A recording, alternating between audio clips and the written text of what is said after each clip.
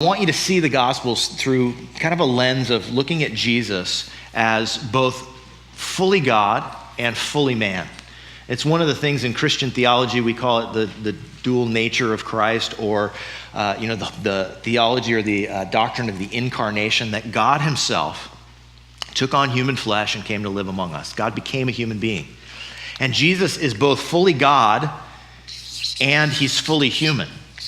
And as the fully God, fully human, we can learn by looking at Jesus' life and his stories.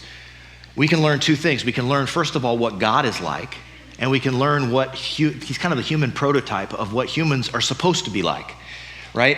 So when God created human beings back in Genesis, he said, let us create mankind in our image, as Cheryl was talking about. Every human being is created in the image of God. But every human being has fallen short of bearing that image and has sinned.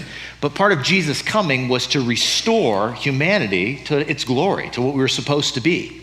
And so he forgave our sin, cleansed that, gave us a new heart, and demonstrated for us how to live.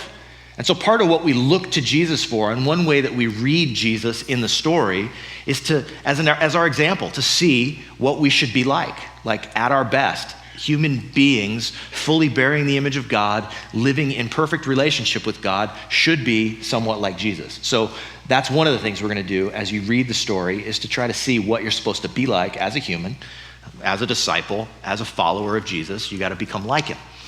But there are parts of who Jesus is, well, not parts, all of who Jesus is. He's 100% God, he's 100% human.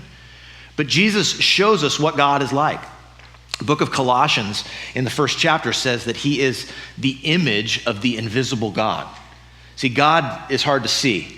You can theorize about him, you can think, what's God like? But if you ever want to know what God is like, you look at Jesus. He is the image of the invisible God, which incidentally is what human beings were called to be. Jesus just did it perfectly, but he was actually God coming to do it perfectly and show us how to do it. But he's the image of the invisible God, the firstborn over all creation. Through him, everything was made.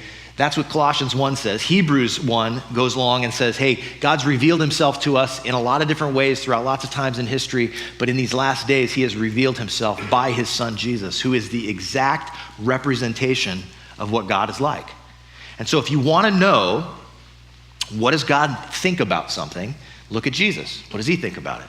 If you want to know how does God respond to certain kinds of people, look at Jesus. How does he respond to certain kinds of people? If you want to know God, you don't have to theorize about God. You have to look at Jesus, because he shows us exactly what God's like. So these two things we keep in tension, and we do the whole time as we're reading the scripture. We'll look at how does Jesus show us what God is like, and how does Jesus show us what he wants humanity to be like. And so